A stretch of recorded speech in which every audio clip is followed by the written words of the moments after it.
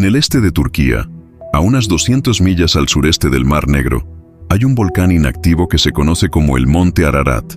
A una altura de casi 17.000 pies, el Monte Ararat es el punto más alto de Turquía.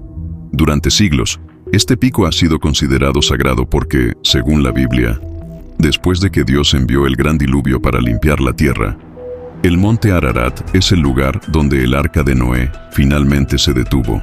La historia del gran diluvio y el Arca de Noé es una de las historias más famosas de la Biblia. La historia cuenta que Dios está tan decepcionado por la pecaminosidad de toda la humanidad que va a inundar la tierra. Básicamente va a destruirlo todo y encuentra a un humano justo, Noé. Y lo que Dios quiere que Noé haga es construir este enorme arca de 450 pies de largo, con 3 niveles en ella, y llenarla con todos los animales de la tierra y su familia, y esos serán los únicos sobrevivientes del diluvio. Según cuenta la historia, Noé cargó a su familia y 2 de todo tipo de animales en el arca. Y entonces Dios hizo llover durante 40 días y 40 noches, inundando la tierra para que incluso las montañas más altas estuvieran cubiertas de agua. Después de que el agua se calmó, Noé, sus hijos y sus esposas abandonaron el arca y procedieron a repoblar la tierra. La historia del diluvio de Noé es esta historia realmente poderosa porque aquí está este Dios trascendente que nos ama, que ha creado seres humanos, pero también tiene una manera para que nos comportemos en el mundo. Y cuando no nos comportamos de la manera correcta, este Dios nos castigará. Ese es el poder de Dios. A veces haciendo cosas extraordinariamente horribles, a veces haciendo cosas maravillosas. Los historiadores han debatido durante mucho tiempo si la historia de Noé, el arca y el gran diluvio es solo un mito o si se basó en hechos reales. Hay algunos estudiosos que creen que es posible que un diluvio masivo, de hecho, tuviera lugar, y como evidencia, señalan el hecho de que la Biblia no es el único texto antiguo que contiene un relato de una gran inundación. La historia del diluvio en la Biblia no es la historia más antigua del diluvio. La historia de inundación más antigua que tenemos en la tradición occidental está en la historia de Gilgamesh, en la que está este anciano, Utnapishtim, que ha sobrevivido a una inundación, donde ha llovido durante 40 días y 40 noches. Y esto sucede también en la historia de Noé. Entonces, para muchos de nosotros que miramos estas historias a través de las culturas, existe la idea de que, sí, claramente esto sucedió en algún momento de la historia humana, esta inundación que la gente recuerda, y sobre la que escriben de diferentes maneras. Además de los relatos históricos, podría haber también evidencia geológica que sugiera que la gran inundación realmente sucedió. En 1997, los geólogos William Ryan y Walter Pittman publicaron un estudio que concluyó que la historia bíblica puede haber estado describiendo un desbordamiento masivo del Mar Negro que tuvo lugar en el siglo VI AC. La idea de que el diluvio de Noé se desencadenó cuando el Mar Negro se inundó tiene sus raíces en la observación geológica básica de que al final de la última edad de hielo, cuando el hielo se derritió de los polos, elevó el nivel del mar. ¿Y qué pasó cuando subió el nivel del mar? El Mediterráneo superó el Bósforo y se derramó en el Mar Negro. Ese evento elevó el nivel del agua en lo que ahora es el Mar Negro en unos 150 pies en cuestión de semanas o meses. Hubiera sido catastrófico para los pueblos en ese momento. Literalmente habría inundado el mundo conocido por ellos. Tal vez realmente sembró la historia del diluvio de Noé. ¿Fue la inundación bíblica basada en el diluvio real del Mar Negro? Es una noción intrigante, pero si el diluvio realmente tuvo lugar, entonces, ¿es posible que podamos encontrar el arca de Noé?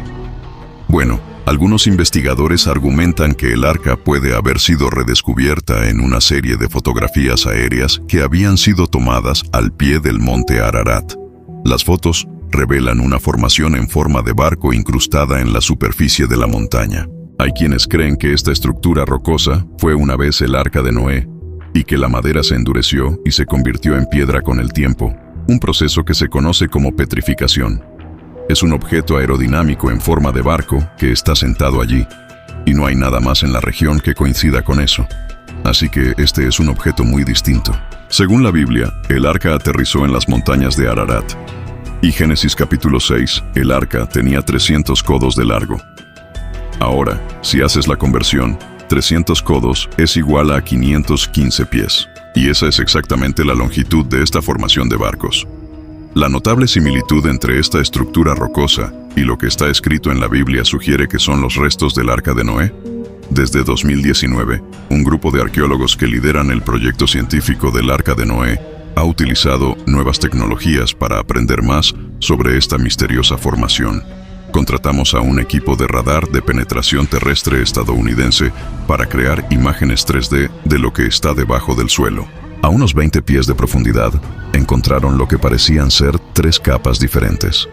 En la Biblia, el arca tenía 3 cubiertas, y según los escaneos, se pueden ver las 3 cubiertas que la Biblia dice que tenía este barco gigante. Esperamos que lo que suceda el próximo año sea que el gobierno turco continúe con una excavación a pequeña escala del sitio para mostrar lo que estamos viendo debajo de la superficie. Este sería un descubrimiento mundial muy emocionante si se demuestra que este es el Arca de Noé. Si puede encontrar evidencia de esta historia, eso realmente probaría el relato bíblico y tal vez haría que las personas se interesen más en lo que está escrito en estos libros sagrados. Para los fieles, la búsqueda de evidencia definitiva del Arca de Noé o del Gran Diluvio no se trata solo de arqueología, sino también de una búsqueda para comprender cómo funciona el poder de Dios en nuestro mundo. Un acto de Dios es precisamente algo que no podemos explicar en términos científicos racionales. La Biblia nos dice que Noé es un hombre justo. Nos dice que Dios ordena a Noé que construya el arca, pero no se lo dice a nadie más. Es este acto milagroso de Dios que por definición va más allá de la inundación de la tierra, donde Dios permite que viva el pueblo elegido de Dios. Y así están estos asombrosos tipos de cosas donde Dios interviene en la historia humana. Así que es ese equilibrio del favor divino con la ira divina. Cleveland, Texas. En este pequeño pueblo situado en las afueras de Houston se encuentra la iglesia del Rey de los Santos. En la superficie se parece a cualquier número de iglesias dispersas por toda la región, pero en el interior hay algo que hace que se destaque del resto. Dentro de esta iglesia hay una reproducción notablemente precisa del Arca de la Alianza.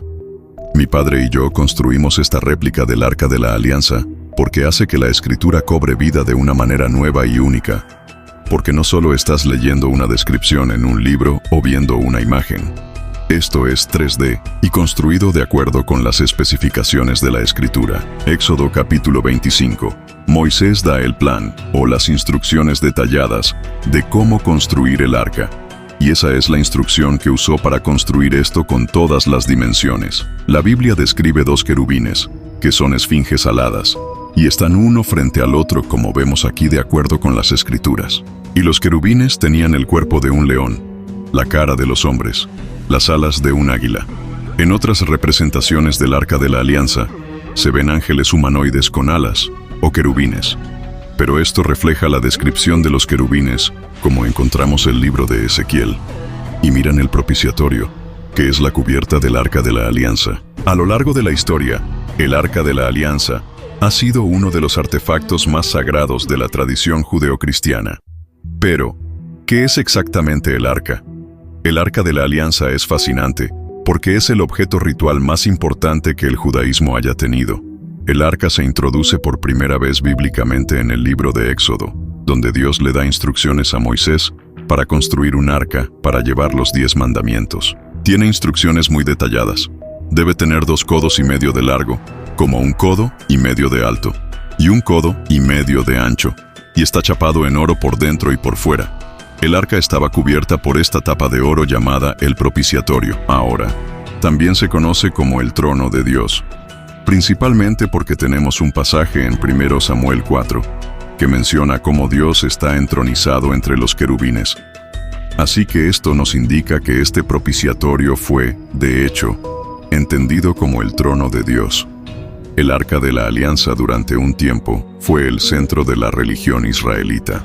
Representaba la presencia del Dios hebreo, Yahvé, en la tierra. Es decir, si había una pregunta que necesitaba ser respondida, el arca era el lugar al que irías y le pidieras a Dios. Si ibas a la batalla, el arca sería tomada, marchada a la batalla. Mientras la presencia de Dios representada por el arca estuviera con Israel, no podrían ser conquistados. El Arca de la Alianza era Dios en medio de los israelitas, La presencia de Dios mismo se mantuvo dentro de un pecho dorado, ciertamente una noción profunda, que es quizás la razón por la cual el arca se inspira durante mucho tiempo en la fascinación y reverencia mundial. El Arca de la Alianza es posiblemente el artefacto más importante e intrigante en la historia humana, porque estamos hablando de algo hecho por manos humanas que contiene el poder de Dios. De hecho, la palabra arca significa contenedor sagrado. Así que esto es fascinante. Esta idea de que los humanos podrían construir algo que podría contener o crear este tipo de conexión divina extraordinaria fue algo extremadamente poderoso. Cuando los israelitas estuvieron vagando por el desierto durante 40 años, no solo llevaron el arca con ellos, sino que el arca abrió el camino. Fue su antiguo dispositivo de navegación, el antiguo GPS de los israelitas, lo que les mostró a dónde ir. Y la leyenda dice que se acercaría al cielo, se movería 3 días por delante, y luego la gente lo seguiría detrás de él. Muchas personas están familiarizadas con la famosa historia de la separación del Mar Rojo durante la narración del Éxodo cuando los israelitas escapaban de Egipto. Mucha gente no está familiarizada con la historia en Josué 3 de la separación del río Jordán.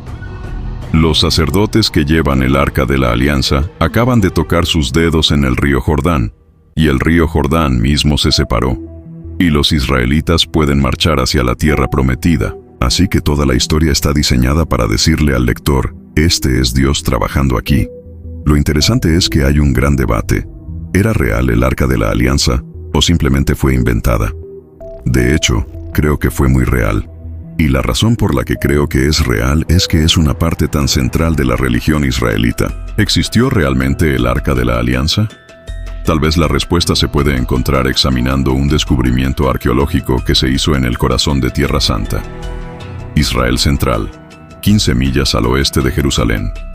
Aquí, en un pequeño montículo rocoso, se encuentran las ruinas de una antigua ciudad hebrea, conocida como Beth Shemesh. Según los arqueólogos, Beth Shemesh tiene una profunda conexión con el Arca de la Alianza. Beth Shemesh tiene una larga historia de ser un centro religioso. Según la historia que tenemos en la Biblia, cuando el Arca de la Alianza fue llevada a Beth Shemesh, los israelitas toman el arca y la ponen sobre una mesa de piedra. El entendimiento era que era venerado por todos los israelitas. Tenemos este objeto, el Arca de la Alianza, que representa a Dios en la tierra. ¿Podría el Arca de la Alianza haber sido realmente guardada en Beth Shemesh? Bueno, recientemente los arqueólogos han descubierto evidencia que sugiere que la historia bíblica es de hecho cierta. En 2019, un equipo dirigido por arqueólogos de la Universidad de Tel Aviv hizo un descubrimiento sorprendente. Encontraron una habitación en la que parece tener evidencia de dónde se mantuvo el Arca de la Alianza cuando fue traída aquí en Beth Shemesh. Hay una gran losa plana de piedra que es exactamente las mismas dimensiones, proporciones, que el Arca de la Alianza. Esta losa de piedra no es una columna que cayó de lado. Fue colocado deliberadamente aquí, y sus dimensiones se ajustan a lo que el libro de Éxodo nos dice que fueron las dimensiones del Arca de la Alianza. Dice que fue 1,5 codos y 2,5 codos. 1 codo es del tamaño de un brazo humano. Mira, 1,5 codos en 2,5 codos. Un poco más grande, tal vez por 10, 20%. Así que el arca se colocaría sobre ella de la manera más estable posible.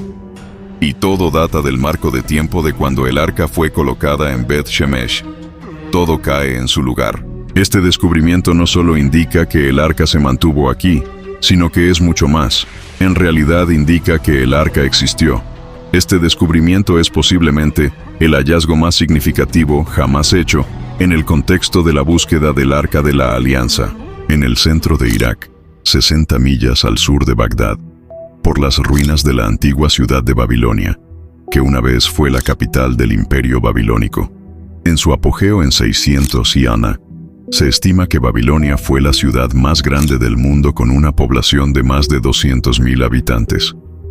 Quizás la ruina más intrigante que queda en Babilonia es la fundación de una antigua torre de ladrillo desmenuzada que era conocida como la Zigarat Etimanaki. Y hay quienes creen que el gigante Zigarat pudo haber sido en realidad la Torre de Babel. La verdadera Torre de Babel, de la que deriva el relato en la Biblia, fue construida por el rey Nabucodonosor II a principios del siglo VI a.C. Si vas a Babilonia hoy, puedes ver fácilmente en el suelo donde estaba el zigarat, porque es una zanja rectangular con una especie de cuadrado negro lleno de barro y agua aceitosa, que delinea todo el perfil de esta gran torre de la que no queda nada más. La torre fue construida de ladrillo de barro. El edificio tenía 7 pisos con un pequeño templo en la parte superior, y había una escalera de ladrillo sin barandillas para que el rey Nabucodonosor II pudiera subir la escalera y subir hasta la cima. Así que definitivamente fue el monumento nacional de la mayor cantidad de orgullo. Los historiadores han estimado que Zigarat tenía casi 300 pies de altura, o aproximadamente tan alto como la Estatua de la Libertad. Pero, ¿es posible que esta estructura babilónica fuera de hecho la verdadera Torre de Babel? Tal vez la respuesta se puede encontrar examinando la historia que se registra en la Biblia. Para subir a los cielos. Pero entonces tienes a Dios diciendo, espera un minuto, ¿qué están haciendo estas personas? Van a construir esto y van a llegar a donde estoy. Y así Dios básicamente confunde a estas personas, haciéndolas hablar diferentes idiomas. Así que no son capaces de entenderse. Dios dice, vamos a codificar sus idiomas y entonces no serán capaces de comunicarse entre sí. Esta es una de las historias más famosas de la Biblia. Creo que la Torre de Babel se basa en un zigurat. Si eres un antiguo hebreo, un israelita, y te acercas a uno de estos grandes zigurats, te sentirás abrumado, ¿verdad? Nunca has visto algo así. Es muy posible que el zigurat de Babilonia pueda estar asociado con la Torre de Babel. Hay muchos paralelismos. Uno es la ubicación. Babel es otro nombre para Babilonia. Es más un nombre semítico. Así que la ubicación es ciertamente correcta.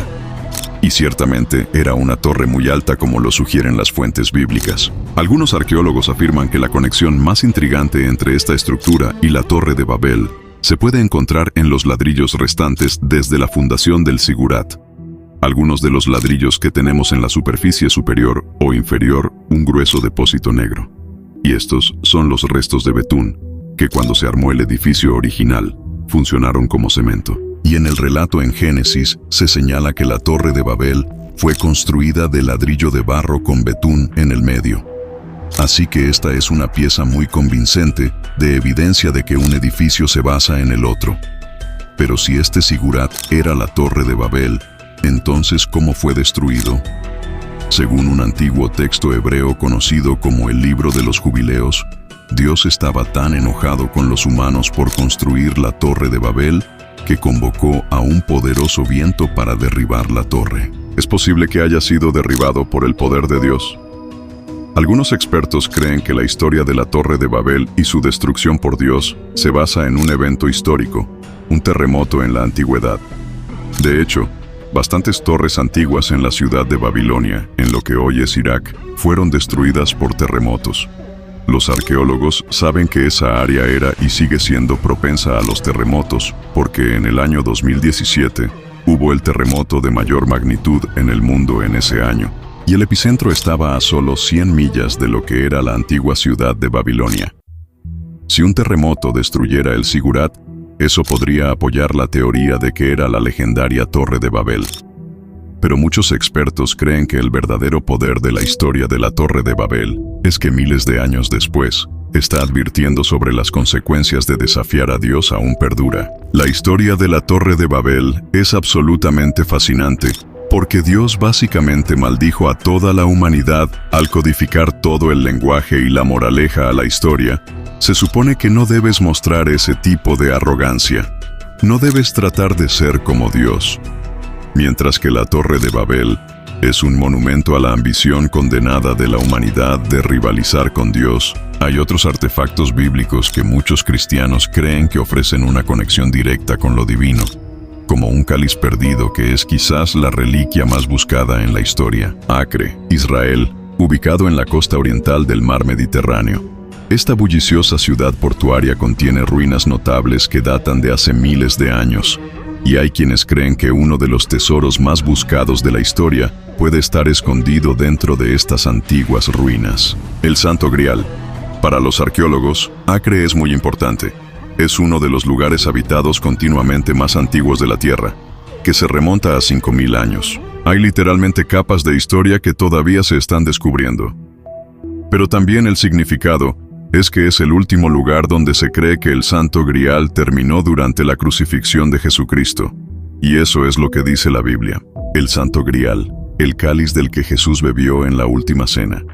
Durante siglos, muchos se han embarcado en misiones en busca de este artefacto sagrado. No solo porque no tendría precio, sino también porque se cree que posee el poder divino. Si bien muchos han tratado de encontrar el Santo Grial, se cree que esta preciosa reliquia estuvo una vez en manos de un grupo de monjes guerreros medievales conocidos como los Caballeros Templarios. Los Caballeros Templarios eran una orden muy curiosa de monjes. Fueron juramentados, de hecho, para proteger a los peregrinos a Tierra Santa en las cruzadas. Eran soldados profesionales, la fuerza de combate de élite de Europa. Y se hicieron inmensamente ricos e inmensamente poderosos. Pero muchos creen que los templarios tenían, si quieres, una misión secreta ulterior. Y eso era buscar el Santo Grial y otras reliquias sagradas en toda la Tierra Santa. Si encontraron el Santo Grial, no había mejor para que los caballeros templarios llevaran su tesoro de manera segura que a Acre, que era una ciudad segura con grandes muros gruesos a su alrededor, y 12 torres para defender a los ciudadanos del ataque externo. Si es cierto que los caballeros templarios llevaron el Santo Grial de Jerusalén a Acre, ¿podría todavía estar escondido en las ruinas que se encuentran dentro de la ciudad? Eliezer Stern es arqueólogo de la Autoridad de Antigüedades de Israel. Durante casi 3 décadas, ha supervisado las excavaciones de una enorme fortaleza templaria subterránea que se encuentra debajo de la iglesia de San Andrés en Acre. Ahora estamos en la ciudad vieja de Acre y en las instalaciones de la iglesia de San Andrés. Esta iglesia es muy interesante porque está construida en el siglo XVIII, pero está construida sobre cimientos y las ruinas del siglo XIII, del período cruzado y templario. Bajo la iglesia, Stern ha estado investigando una extensa red de túneles y criptas del siglo XIII. Estos pasajes pueden revelar información valiosa sobre las actividades de los templarios en Acre. Ahora estamos 800 años antes de lo que hemos visto por encima de nosotros. Aquí estamos en las instalaciones del barrio templario. Entendemos que lo usan como el tesoro de los templarios. Solían traer mucho dinero a la casa del tesoro en esta torre. Los caballeros templarios tenían este sistema brillante. En realidad construyeron túneles a lo que llamaron una torre del tesoro. Así que cuando había un asedio, tomaban los tesoros que habían encontrado a lo largo de su ocupación y sus luchas por los túneles y en la torre. Aquí estamos. Además de excavar el tesoro templario, Stern y su equipo han desenterrado más cámaras que se encuentran aproximadamente a 10 pies debajo de la cripta principal. Pero estos descubrimientos monumentales han revelado solo una fracción de esta misteriosa ciudad medieval. Ahora solo encontramos el 2% o el 3% de la ciudad. Hay otro 90% del edificio de los Cruzados y la ciudad de los Cruzados. Se encuentran debajo del otomano que todavía está esperando para cubrirse en el futuro. Para los cazadores de granos, cualquier nueva excavación en Acre es obviamente tremendamente emocionante. Y es una ciudad que todavía está revelando sus secretos. Y entonces hay una muy buena probabilidad de que algunos de los tesoros de los templarios, incluido el Santo Grial, estén allí esperando ser descubiertos. Es posible que los caballeros templarios eligieran esconder el Santo Grial dentro de las ruinas de la fortaleza templaria debajo de la iglesia de San Andrés. Descubrir el Grial aquí, o donde sea que esté oculto, sería un descubrimiento de profunda importancia, porque para los cristianos de todo el mundo, el Santo Grial es mucho más que un antiguo cáliz, es un objeto tocado por Dios. Estrictamente hablando, hablamos del Santo Grial en términos técnicos como una taza, pero realmente el Santo Grial es algo mucho más profundo, mucho más sagrado, santo. No puede haber duda de que si se encontrara el Santo Grial, esto sería muy significativo para millones de cristianos en todo el mundo. Tener una conexión directa con Jesucristo. Turín, Italia, 21 de junio de 2015. Dentro de la Catedral de San Juan Bautista, el líder de la Iglesia Católica Romana, el Papa Francisco, reza ante un antiguo paño de lino de 14 pies de largo. La ocasión atrae la atención de los medios porque es la primera vez que la tela se muestra públicamente en más de 5 años. Esta reliquia santa cristiana se conoce como la Sábana Santa de Turín. La Sábana Santa de Turín es esta increíble reliquia. En el fondo es un trozo de tela. muestra una imagen muy débil de un hombre crucificado. Y el hombre crucificado nos llama a recordar la muerte y resurrección de Jesús. La Biblia habla de los paños funerarios. Los 4 evangelios mencionan que Jesús fue bajado de la cruz. Fue envuelto en lino, y luego su cuerpo fue puesto en la tumba. Según las leyendas, la sábana santa es la tela en la que está envuelto su cadáver, y debido al contacto con el cuerpo de Jesús, eso transforma y deja una marca duradera en la tela, y así se cree que la sábana santa es una reliquia santa, porque no se obtiene mucho más santa que la sangre real de Jesús. Después de la resurrección, la sábana santa desapareció por completo. La primera aparición de la sábana santa en el registro escrito es 1389 en Francia. Se mantuvo en la capital del Ducado de Saboya, un lugar llamado Chambéry. Se había movido de vez en cuando, pero en 1578 fue llevado de allí a Turín. Y así es una manera para que la gente esté en la presencia de Jesús.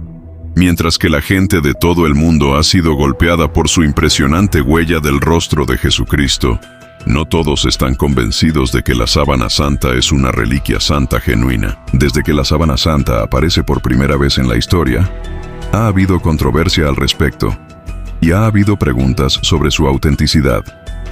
En 1988, un grupo de científicos pudo obtener permiso para obtener una muestra de la sábana santa y para someterlo a la datación por radiocarbono. Y luego anunciaron con un 95% de certeza que la sábana santa era medieval. De repente hay esta datación por carbono 14, y dicen que data del siglo XIII.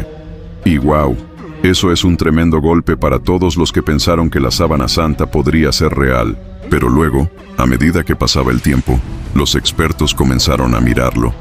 Y finalmente se determinó que la prueba se tomó desde el final de la sábana santa, no donde está la imagen, y realmente resultó ser un parche que había sido tejido por tejedores antiguos. Lo tejieron de nuevo en esa área en particular. Cuando esos tipos salieron con su carbono 14, probaron la pieza equivocada. Nadie ha demostrado que sea falso todavía. A pesar de las preguntas sobre la credibilidad de la sábana santa, muchos cristianos tienen fe en su naturaleza divina, y como evidencia, señalan numerosos relatos de los supuestos poderes curativos de la sábana santa. Quizás el caso más convincente es la historia de la recuperación de una joven británica llamada Josie Woolham en 1955. Josie Woolham era una joven que a la edad de 5 años desarrolló una terrible enfermedad ósea degenerativa, y después de 5 años de sufrir esto, básicamente se acercaba a sus últimos días. Entonces Josie hizo una peregrinación a Turín, y en realidad tuvo la oportunidad de poner sus manos en la sábana santa. No hubo reacción inmediata, ni cura milagrosa en el acto, pero su salud siguió mejorando, y siguió mejorando. Finalmente, ella realmente mejoró. La historia de Josie Woolham es extraordinaria, así que tienes esta curación milagrosa documentada en el siglo XX, lo que por supuesto plantea la pregunta: ¿la sábana santa causa un milagro? ¿O hay algo más ahí? Eso es lo realmente fascinante de esto. Si bien la sábana santa de Turín ha sido venerada por los cristianos durante miles de años, es solo uno de varios objetos sagrados que se cree que están asociados con la muerte del Hijo de Dios. Uno de estos artefactos es una lanza que fue manejada por un soldado romano durante la crucifixión de Jesucristo. El origen de la lanza proviene del Evangelio de Juan. Jesús está en la cruz. Los romanos están tratando de averiguar si está muerto, porque hay mucha presión para bajarlo y enterrarlo. Había un soldado romano que alguien le dijo: apuñalar a este tipo, acabar con él, asegurarse de que está muerto. La tradición cristiana dice el nombre de este soldado romano que perfora a Jesús es Longino, y hay una historia que se desarrolla que es ciego o miope. Y así, cuando traspasa el costado de Jesús, la sangre y el agua salen, eso cae sobre sus ojos y lo hace capaz de ver.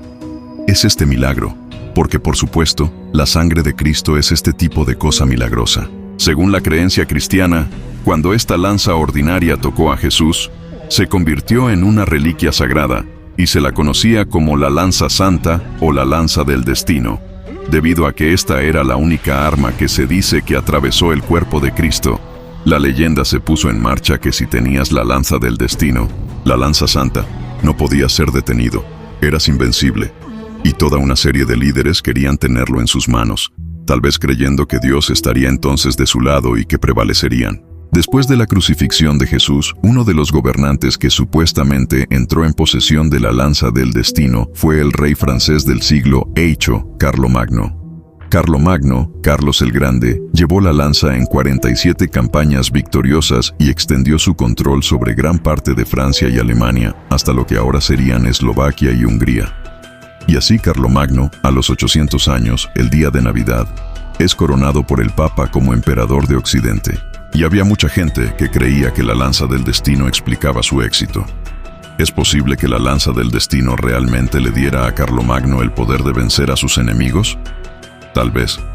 Pero si es así, entonces tal poder aparentemente tuvo un alto precio. La leyenda dice que si dejas caer la lanza del destino o la pierdes, o incluso realmente te alejas de ella, todas tus grandes victorias, como nada, simplemente caerás. Y eso es lo que sucedió aparentemente cuando Carlomagno lo llevó a la batalla y lo dejó caer. Perdió esa batalla, aunque con ella había ganado 47 batallas. ¿Fue la lanza del destino responsable tanto del ascenso como de la caída de Carlomagno? Tal vez la respuesta se puede encontrar examinando el destino de dos hombres que poseían la lanza durante el siglo XX. 12 de marzo de 1938. Las tropas alemanas marchan hacia Viena, Austria, y toman el control de la ciudad capital. Hitler ordena a sus soldados asaltar el Palacio Real de Hofburg y apoderarse de la lanza del destino. La lanza del destino aparece en la etapa moderna en marzo de 1938, cuando la República de Austria se anexa al Reich alemán. La República de Austria había adquirido la lanza algunos siglos antes, y que Speer es tomado de allí y es llevado de vuelta a Nuremberg en Alemania propiamente dicha, y allí permaneció hasta 1945. El 30 de abril de 1945, las fuerzas aliadas, bajo el mando del general estadounidense George S. Patton, capturaron la ciudad alemana de Nuremberg. A raíz de los combates, los soldados estadounidenses descubrieron la lanza del destino. El propio Patton tomó posesión de la lanza. Le gustaba imaginarse a sí mismo como la reencarnación de todo tipo de líderes militares anteriores, algunos de los cuales podrían haber tenido la lanza del destino con ellos. Después de que Patton adquirió la lanza, ocurrieron eventos que sugerían que las leyendas sobre la reliquia sagrada podrían ser ciertas. Se dice que básicamente el día antes de que Hitler se disparara a sí mismo, los estadounidenses encontraron la lanza del destino, y el general Patton la tomó, y eso es lo que desencadenó a Hitler, y luego el propio Patton lo puso de nuevo en el Museo Hofburg, y poco después murió en un accidente automovilístico. Así que todas estas cosas parecen... Sí, hay algo en esta leyenda. La lanza del destino realmente influyó en el destino de las naciones durante siglos, como algunos creen. ¿Y qué hay de las reliquias perdidas, como el Arca de la Alianza o el Santo Grial? ¿Se encontrarán alguna vez? En última instancia, es difícil de decir.